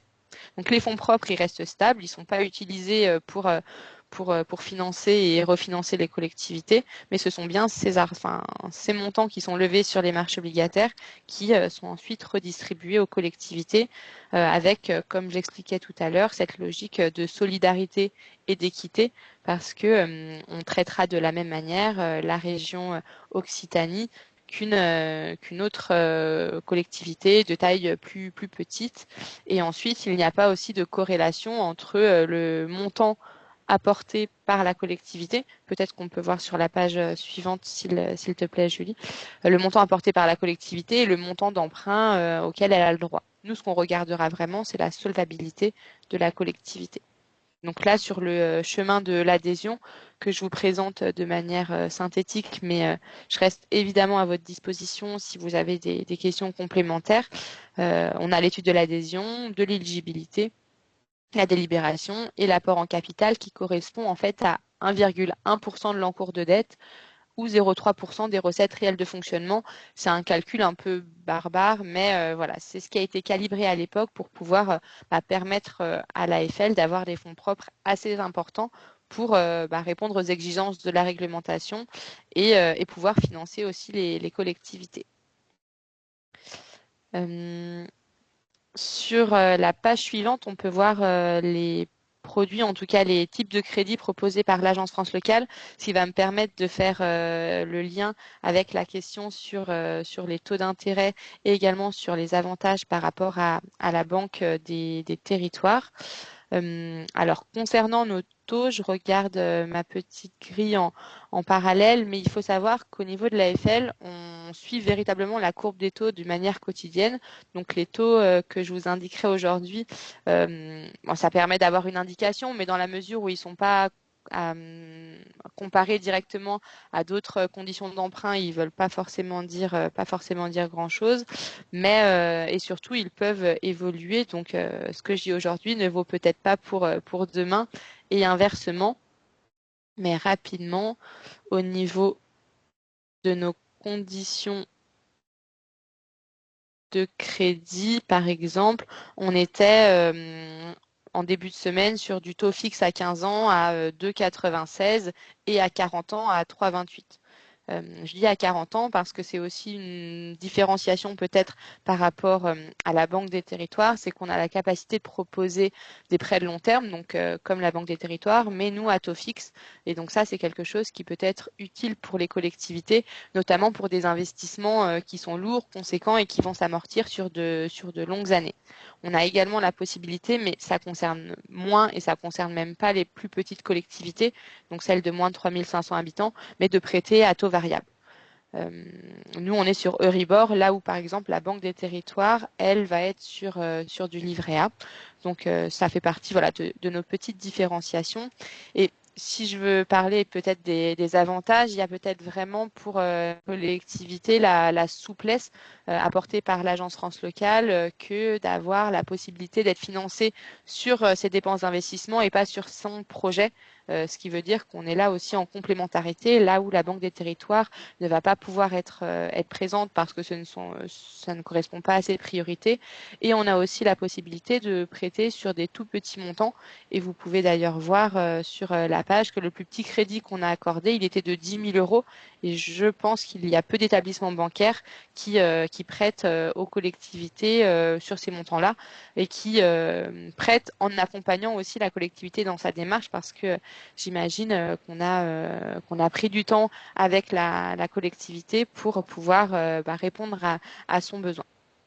On propose également des prêts relais. Donc là, c'est en attente de subventions. Et donc là, on est aussi en complémentarité vis-à-vis des subventions qui ont pu être présentées en amont par la DDT et par la région Occitanie, par exemple. Et puis l'autre avantage, ou en tout cas différenciation vis-à-vis de la Banque des Territoires, c'est que là où la Banque des Territoires est un outil à la main de l'État et qui est indispensable pour les territoires, nous on apporte une petite aussi diversification dans les sources de financement des collectivités parce qu'on est une coopérative de collectivités territoriales et donc ça redonne peut-être un peu d'autonomie financière à ces dernières, même si j'insiste aussi dessus, les outils et les instruments comme la Caisse des dépôts et la Banque des territoires sont essentiels pour les territoires. Par rapport à la question sur le PETR, et vous pouvez peut-être, Julie, s'il te plaît, mettre la page suivante, il me semble que c'est la carte. Bon, là, on voit vraiment rien. En fait, je me suis un peu emballée, où j'ai essayé de faire la répartition par département des collectivités actionnaires de l'Agence France Locale. Comme vous pouvez le voir, on a des syndicats, on a des PETR. Donc, on est en capacité d'accompagner les différents acteurs dans leur démarche d'adhésion. Et par rapport au parcours de l'adhésion, pour répondre à Monsieur Moreno, en fait, la collectivité doit, je vous mettrai mon adresse mail, vérifier son éligibilité et ensuite, il faut calculer le montant de l'apport en capital qui, comme je le disais, correspond à 1,1% de l'encours de dette de la collectivité ou 0,3% des recettes réelles de fonctionnement et on retient le montant le plus important des deux.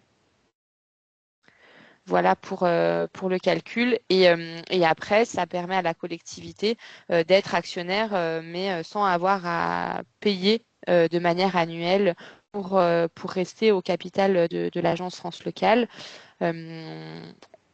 Pour vous donner un ordre de grandeur, le plus petit actionnaire a versé 100 euros. Donc voilà, là on est sur des collectivités de toute petite taille et le plus grand 18 millions d'euros. Donc après, il y a un grand écart, bien évidemment, et il y a 1000 situations, même plus de 1000 situations entre ces deux montants. Mais l'idée, c'est que chaque collectivité puisse contribuer aussi à hauteur de ses moyens pour rentrer au capital de l'AFL. Et pour les grandes collectivités, en rejoignant l'Agence France Locale, ça permet aussi en fait de renforcer le modèle et de permettre aux petites collectivités de bénéficier des mêmes conditions qu'elles. Il y a vraiment dans les adhésions des départements, des grandes métropoles et des conseils régionaux, lorsqu'ils adhèrent, cette dimension de solidarité qui est mise en avant parce qu'ils ont conscience qu'en renforçant les fonds propres de manière conséquente, ça permet aux équipes de l'Agence France Locale d'aller lever des ressources dans les meilleures conditions sur les marchés financiers et donc de travailler aussi encore mieux avec toutes les collectivités. Et par rapport aux coordonnées, alors il y a la possibilité d'écrire à adhésion@afl-banque.fr et sinon je peux vous mettre directement mes coordonnées dans le mail et une visio bien évidemment est envisageable, un échange téléphonique. Voilà, juste je mets la petite limite sur le déplacement en présentiel dans la mesure où nos locaux se trouvent à Lyon, donc on essaye d'être partout à la fois, mais ce n'est pas possible. Mais évidemment, une visioconférence peut être envisageable. Et je remercie d'ailleurs Monsieur Oliveira Soares, qui est l'une des collectivités actionnaire de l'agence France Locale, qui va d'ailleurs prendre la parole par la suite et voilà, qui précise 1 000 € pour son adhésion et 450 habitants. Donc on travaille vraiment avec toutes les collectivités et quand on regarde un peu la typologie des actionnaires de l'agence France Locale en Occitanie, on voit qu'on a des régions, des départements, des gros syndicats, des petits syndicats et plein de PCI et plein de communes aussi de tailles différentes. Et je mettais sur le côté quelques exemples d'accompagnement. Voilà, même si là, on met des exemples de projets, mais l'agence France Locale ne flèche pas ces investissements, ce qui est aussi une souplesse apportée à ces dernières. Voilà peut-être pour la présentation et je mettais aussi une expertise si vous souhaitez en savoir davantage sur l'agence France Locale et vérifier l'éligibilité de votre collectivité. Nous, en fait, on se sert pour cela d'une note financière. Cette note financière nous permet de faire des baromètres et donc d'analyser en tendance la situation financière des collectivités dans le temps. Dans notre rôle un peu et notre mission de service public, on essaye d'éclairer un peu les débats sur les sujets des finances locales et sur les sujets de la de la transition écologique, dont la rénovation énergétique des bâtiments, qui nous a permis de réaliser une étude qui a été publiée l'année dernière à ce sujet. Mais je reste à votre disposition pour toute question, que ce soit concernant l'AFL, nos études, le modèle ou votre éligibilité. Merci beaucoup. Merci Lou, et merci d'avoir pris les questions au fur et à mesure. De rien.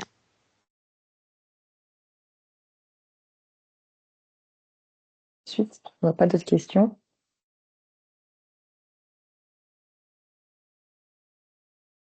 Et du coup, ça fait le lien avec Monsieur Oliveira Soares, qui va pouvoir nous présenter comment il a mené le financement de son projet de rénovation. Donc, il s'agit de la commune de Saint-Césaire. Est-ce que vous pouvez prendre le relais? Oui, je prends la parole. Super. Donc, bonjour à tous. Donc, commune de Saint-Césaire, donc pour la situer avant de présenter le projet.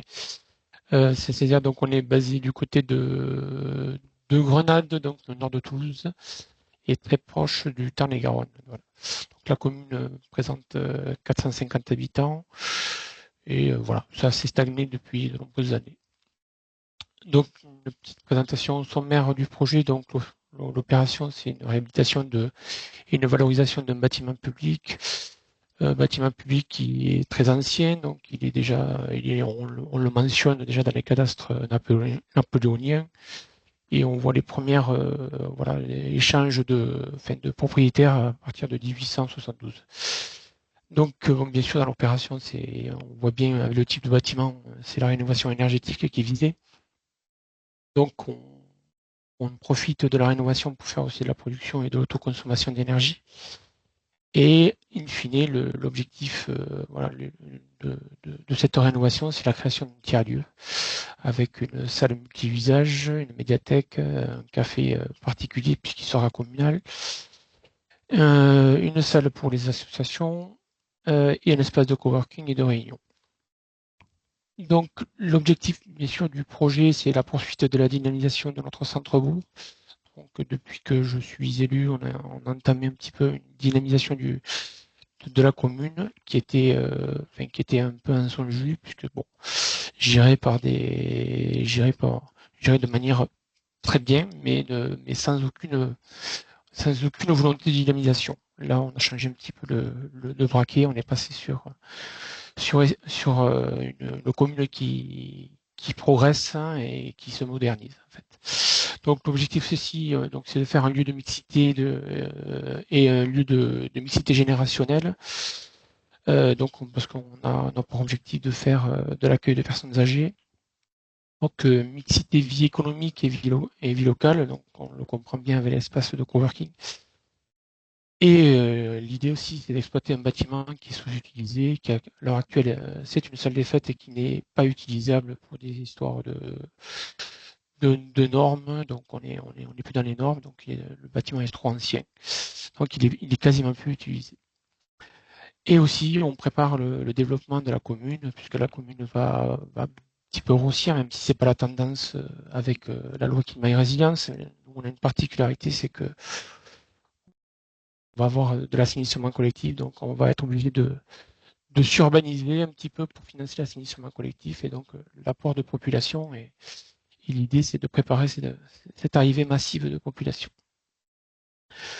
Et donc, bien sûr, on a fait ce choix de projet, toujours dans la règle communale qu'on s'est fixée en début de mandat, qui est le bien-être, le bien-vivre, la bienveillance, et surtout faire des projets à vocation positive, c'est-à-dire qui ne vont pas affecter grandement les finances de la commune. Donc, ça veut dire qu'on monte des projets pour qu'ils soient positifs. On peut passer à la suite. Donc on voit, bon, je ne suis pas rentré dans le détail au niveau des plans, donc on voit un petit peu la transformation du bâtiment.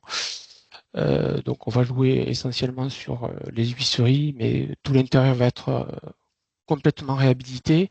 Et on voit, donc on met des panneaux photovoltaïques sur le toit.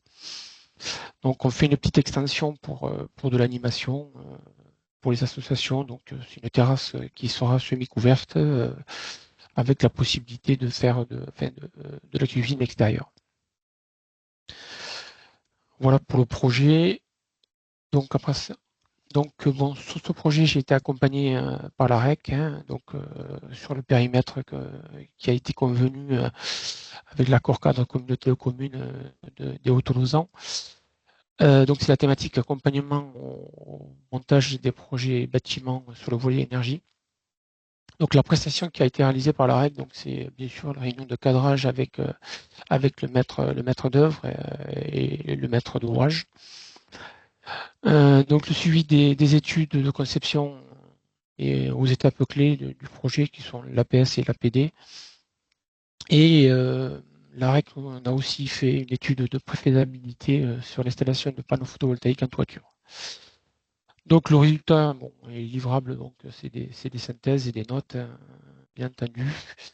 Et bon, le résultat de cet accompagnement, on va dire qu'il a été très très très très bien, avec une aide au choix des systèmes de traitement d'air, par exemple, et de chauffage et de climatisation, et bien sûr le dimensionnement de notre parc photovoltaïque sur le toit, et une aide aux sensibilisations, aux aides financières. Et j'étais déjà assez bien calé là-dessus. Donc pour le financement du projet, donc déjà avant de commencer, donc on a fait une préétude avant et on a défini le montant que l'on consentait à mettre dans ce projet. Donc la commune, donc voilà, on le voit, c'est 315 000 €. On voulait pas aller au-delà de ce montant-là. Donc, ce qui, sur la préétude, nous a fait limiter un petit peu le projet, puisque les espaces de coworking, on ne fait que la préparation. On ne fait que la préparation, on a vue de faire une phase 2 du projet dans les années à venir. Donc le coût du projet, donc en hors taxe, c'est à peu près, bon, je vous passe le chiffre, c'est 1 350 000 à peu près. Donc 76 000 en rénovation énergétique et 136 000 pour la partie PMR. On voit la répartition entre la maîtrise d'œuvre, les études et les travaux. Donc on voit bien que il y a de gros travaux et bien sûr pas mal d'équipements à installer. Donc le plan de financement, donc nous avons fait un gros lobbying sur la partie fonds vert, donc où on a obtenu quand même 74,46 de la rénovation énergétique, donc ça fait un montant de 526 000 €. Donc ce fonds a été notifié, donc on l'a commencé déjà à décaisser quelques montants. Le département, donc on a sollicité une aide de 473 310, mais bon, on sait probablement qu'on va avoir une petite réduction parce qu'il y a des équipements qui ne sont pas valorisables. Donc on l'a évalué avec le service instructeur à peu près à 458 360. Donc, on a déjà une première notification sur les 400 000 euros. C'est sur la première tranche de travaux, puisque notre département, sur notre tranche de communes, là, moins de 2000 habitants, donc on a droit à un montant de 1 million d'euros par an. Et on peut avoir 40% sur ce montant-là. Donc la notification est en cours. Donc on a obtenu les 400 000 euros. On attend le reste l'année prochaine. Et sur la région, on a sollicité donc bien sûr, comme ce qui a été présenté, donc on a sollicité 50 000 euros, puisque bon, le projet quand même, d'un point de vue rénovation énergétique, on essaie de placer d'un bâtiment de classe G à classe B. On voulait obtenir la classe A, mais c'était trop onéreux. Donc on a maintenu à classe B. Donc là, on a sollicité 50 000 euros auprès de la région pour la partie donc rénovation énergétique et 10 000 euros pour la partie PMR, qui sont les montants maximum que l'on peut obtenir auprès de la région. Donc la région a eu un peu de retard sur les instructions, donc on ne peut pas passer encore l'instruction, mais le service instructeur m'a clairement indiqué que je devrais passer en 2025 avec une instruction sur les critères de 2024, ce qui est annoncé. Donc en fonds propres, on arrive à un montant de 301 000 euros, 124, avec un emprunt donc à l'AFL de 280 000 euros sur 30 ans. Donc on arrive à un taux de subvention qui est on devrait arriver à un taux de subvention qui est de 77,62%, qui est quand même un taux, on va dire, très intéressant. On visait les 80, mais on n'y est pas arrivé. Enfin, on va pas y arriver, mais on n'est pas loin. On tend vers ça. Donc sur le coup, j'ai essayé quand même d'aller solliciter d'autres financements, donc via la Fondation du patrimoine, puisque c'est des financements qui peuvent aller au-delà des 80%. Donc on a été sélectionné donc pour la partie mécénat et pour la partie fonds impact. Donc la partie mécénat, là c'est au bon vouloir des mécènes. Donc le dossier a été sélectionné mais refusé auprès du comité final, puisque le projet était trop, on va dire, trop moderne par rapport à leurs critères. Et pour le fonds d'impact, qui est quand même un fonds important, qui peut être sollicité sur des on va dire des bâtiments patrimoniaux, on peut aller jusqu'à 300 000 euros si on est dans les critères. Donc nous, on avait sollicité 200 000 euros. La porte d'entrée était bonne, mais elle s'est vite refermée, c'est dommage. Parce qu'on aurait pu finaliser le projet en totalité avec ce fonds-là. Bon, malgré tout, j'ai pas abandonné, donc je cherche d'autres biais pour le financement. Donc je suis en train de discuter sur un mécénat privé, un mécénat sur des sociétés privées. Donc c'est en cours d'élaboration. Donc le cadre juridique est en train de se mettre en place. Et donc ce mécénat peut se mettre en place sur l'aide au fonctionnement on va dire, du tiers-lieu. Donc là, ce qu'on vise, c'est 8 000 à 10 000 euros. Et on comprend bien que derrière, donc l'idée, c'est de participer au financement de notre emprunt. Et donc là, je comptais solliciter les aides CE. Là, j'ai appris pendant la présentation qu'on ne pouvait pas solliciter les aides CE. Donc le certificat d'économie d'énergie. Donc voilà, sur ce biais-là, je ne pourrais pas aller chercher plus de fonds.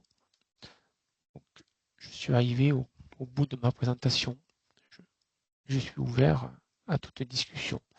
Savoir que ce projet quand même a demandé énormément de temps d'élaboration et surtout beaucoup de lobby auprès des financeurs.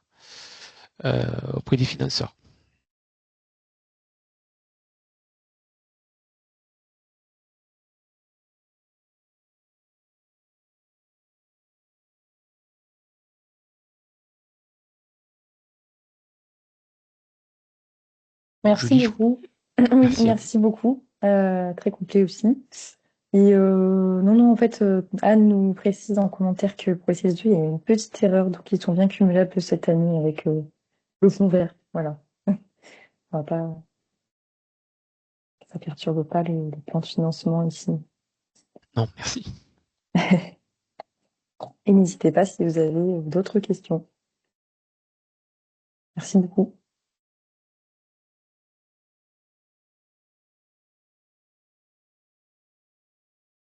Il n'y a pas d'autres questions. On peut passer donc à la dernière partie. On va pouvoir vous libérer après ça.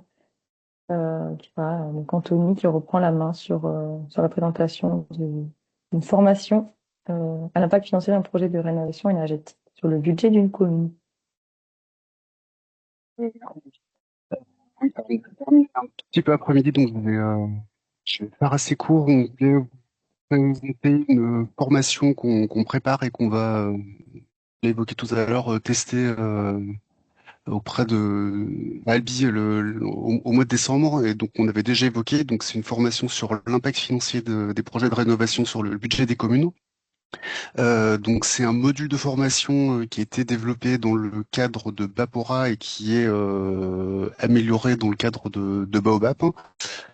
Donc l'objectif c'est d'avoir un module de formation qui permette aux accompagnants de comprendre la comptabilité des communes et de pouvoir évaluer, exprimer et convaincre éventuellement par évaluer l'impact financier du projet de rénovation et voir quelles sont les implications sur le budget de la commune et voir si comment ça impacte la santé financière de la commune et si c'est réalisable ou pas.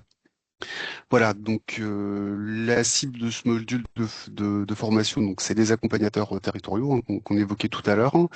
Et elle est assurée par l'AFL en partenariat avec l'AFL et par la REC. Elle se déroule en présentiel de préférence. Enfin, en tout cas, dans un premier temps, on la fera en présentiel. Et donc, on va organiser plusieurs sessions sur la région pour voilà, à des endroits un peu stratégiques pour pouvoir voilà, la faire au plus près des accompagnants. Et elle est gratuite, hein, elle est financée dans le cadre du projet européen. Donc on va la tester avec alors c'est pas un scoop, hein, on va avec le pôle territorial à Dijon et Bastide, donc le 17 décembre. Et l'objectif c'est de pouvoir la déployer au premier trimestre. Donc on fera un petit AMI auprès de vous et voilà, on essaiera d'identifier les besoins et puis organiser ces sessions un peu partout sur le territoire. Voilà, donc je vais vous montrer rapidement ce qu'il y a dans la formation, même si on est encore en train de la travailler. Mais globalement, ça va s'articuler autour de trois parties. Donc une première où on va regarder les fondamentaux des finances communales, donc toutes les notions clés du budget, les calendriers budgétaires. On va regarder comment lire les comptes de la commune, les principaux, j'ai dit les principes budgétaires, et puis les clés de l'analyse financière, donc les indicateurs qui vont nous permettre de juger de la santé financière de la commune et donc de l'opportunité ou pas de conduire les projets de rénovation. Voilà, donc à côté de ça, donc la deuxième partie, c'est mesurer donc l'impact du projet de rénovation. Donc là, on va être dans une approche un peu plus pratique et l'idée, ça va être de savoir aller chercher les éléments sur la situation budgétaire de la commune, donc à travers différents outils en libre accès. Et puis confronter le projet avec les différentes données, on va le voir de coûts, d'emprunts, etc. pour voir quel est l'impact sur le budget. Tu peux passer, Julie. Voilà, et donc avec une troisième partie qui est un atelier pratique et qui est la prise en main de l'outil d'ingénierie financière qui a été développé dans le cadre de Baobab. Tu peux passer rapidement, on va gagner du temps et du coup je vais vous montrer directement l'outil qui est un tableur Excel et dont l'objectif est de simuler de manière à la fois très synthétique et pédagogique l'impact du projet de rénovation sur le budget. Donc on va retrouver ce qu'on aura vu auparavant dans la formation et à travers cet outil, on va aller collecter. Donc il y a quatre onglets, oui, il y a quatre onglets en tout. Donc un premier onglet où on va aller collecter les données relatives au compte de la commune, les principales données financières qu'on va aller chercher. Alors il y a différents sites, mais sur le site impôt.gouv principalement. Voilà, donc on va chercher les données relatives à la section de fonctionnement, d'investissement, les données de stock, etc.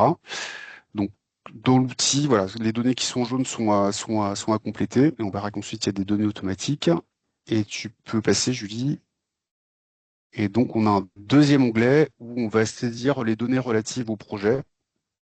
Donc, le coût des travaux, le plan de financement en intégrant les aides qui vont arriver, le financement du reste à charge avec les caractéristiques de l'emprunt.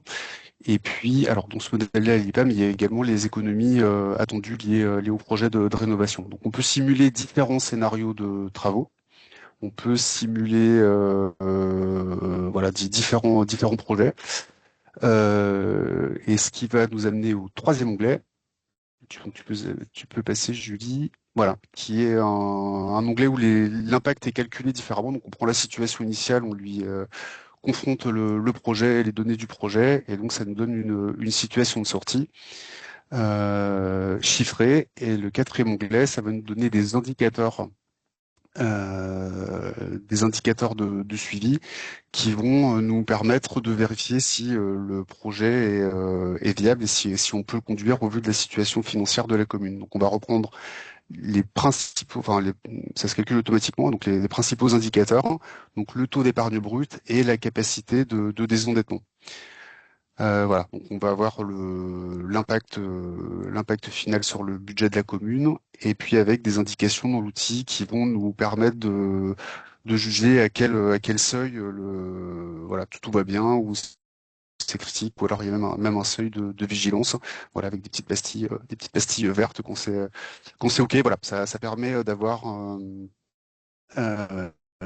une vision assez rapide, et puis voilà, de pouvoir expliquer et convaincre si nécessaire. Voilà, il y a des indicateurs complémentaires, l'épargne brute, et également le fonds de roulement en jour de dépense. Voilà, c'est juste pour vous donner une petite idée. Et voilà, la toute dernière diapo, c'est la synthèse graphique. Voilà, donc on va retrouver les indicateurs que j'indiquais, donc le taux d'épargne brut, la capacité de désendettement, et puis un graphe qui synthétise ces deux indicateurs et qui va indiquer, voilà, si la commune après projet, voilà, se retrouve dans une bonne situation, dans une moyenne situation, ou dans une situation de vigilance. Alors l'outil, il est uniquement communiqué après la formation. Donc on va je réponds aux questions en même temps. Donc l'idée, voilà, c'est de pouvoir aborder toutes les notions que j'ai évoquées tout à l'heure, et puis pour ensuite arriver à l'outil, qui est finalement juste une application de ce qu'on aura vu avant. Et puis on verra peut-être ensuite, une fois qu'on aura développé sur les territoires, si on peut éventuellement prévoir une session en visio pour partager plus largement l'outil. Ça, on va voir un petit peu dans les phases de test ce que ça donne. Voilà, donc prochaines étapes, test de la formation, l'AMI en janvier, et puis les formations déployées au premier trimestre. Et il y a également, voilà, il y a aussi un outil, j'allais dire version expert, avec beaucoup plus de données qui est un peu plus développé, avec beaucoup plus d'indicateurs, qu'on proposera peut-être dans un second temps à ceux qui auront suivi la formation. Voilà, donc on reviendra vers vous rapidement pour les résultats du test, et puis pour vous proposer cette formation. Et oui, certains ont déjà des notions, donc ça s'adressera à différents publics. On s'adaptera, et voilà, on partagera. De toute façon, l'idée, c'est de pouvoir le partager le plus largement possible. Les prochains rendez-vous de Baobab, voilà, du coup, je conclue. J'espère que voilà, je suis allé un petit peu vite sur la présentation de l'outil, mais on aura le temps d'en reparler. Et voilà, du coup, pour conclure le webinaire, on souhaitait faire un petit point sur les prochains rendez-vous Baobab. Vous avez, je pense, reçu des invitations pour un webinaire CGIE, donc le SDIE Petite Commune, qui aura lieu la semaine prochaine à 14h, avec un retour d'expérience sur une démarche conduite notamment sur la commune de Lacanourgue. Un webinaire boîte à outils pour l'ouverture et la prise en main de la boîte à outils Baobab le 17 janvier, les formations ingénierie financière. On va également revenir vers vous avec un questionnaire pour essayer d'évaluer, d'identifier les sujets d'intérêt qu'on pourrait traiter et voilà, arriver, comme on l'a dit tout à l'heure, en complémentarité avec ce qui existe déjà. Et puis voilà, on aura d'autres webinaires à venir, notamment sur les financements, avec d'autres dispositifs à mettre en évidence et d'autres retours d'expérience. Voilà, je suis allé très vite, j'espère pas trop, mais voilà en tout cas ce qu'on peut vous présenter, et puis voilà, on reviendra vers vous, comme je l'ai dit tout à l'heure, régulièrement. Alors je sais pas si c'est moi qui conclue, non, voilà, bah, je vais le faire à moitié, tu pourras compléter Julie, mais Oui, oui. voilà, merci de votre disponibilité, merci beaucoup à tous les intervenants, voilà, avec des interventions enrichissantes et très inspirantes. Et c'est le dernier point technique, je l'ai dit dans le chat, on partagera à la fois les supports et à la fois l'enregistrement du webinaire. Merci. Merci beaucoup, Anthony. Merci à tous. Pardon, on posait la question dans le chat. Est-ce qu'on peut déjà se préinscrire pour les formations? Comme ça vous donne une vision. Eh ben on va le faire. Oui, alors vous pouvez. Est-ce que j'ai mis vous avez mon mail parce que c'est moi que je pense que c'est moi qui ai envoyé les invitations. Vous pouvez m'envoyer un petit mail pour me dire que vous êtes intéressé. Oui. Je tiendrai de toute façon un tableau et l'idée c'est qu'on les déploie assez rapidement. Donc je pense que Ok, c'est super. voilà. N'hésitez pas à m'envoyer un message. Mais je vous l'envoie de suite. Très bien. Moi, je le note même déjà. Merci. Merci à vous Merci, au revoir. et à bientôt. Bonne journée. Au revoir. À bientôt.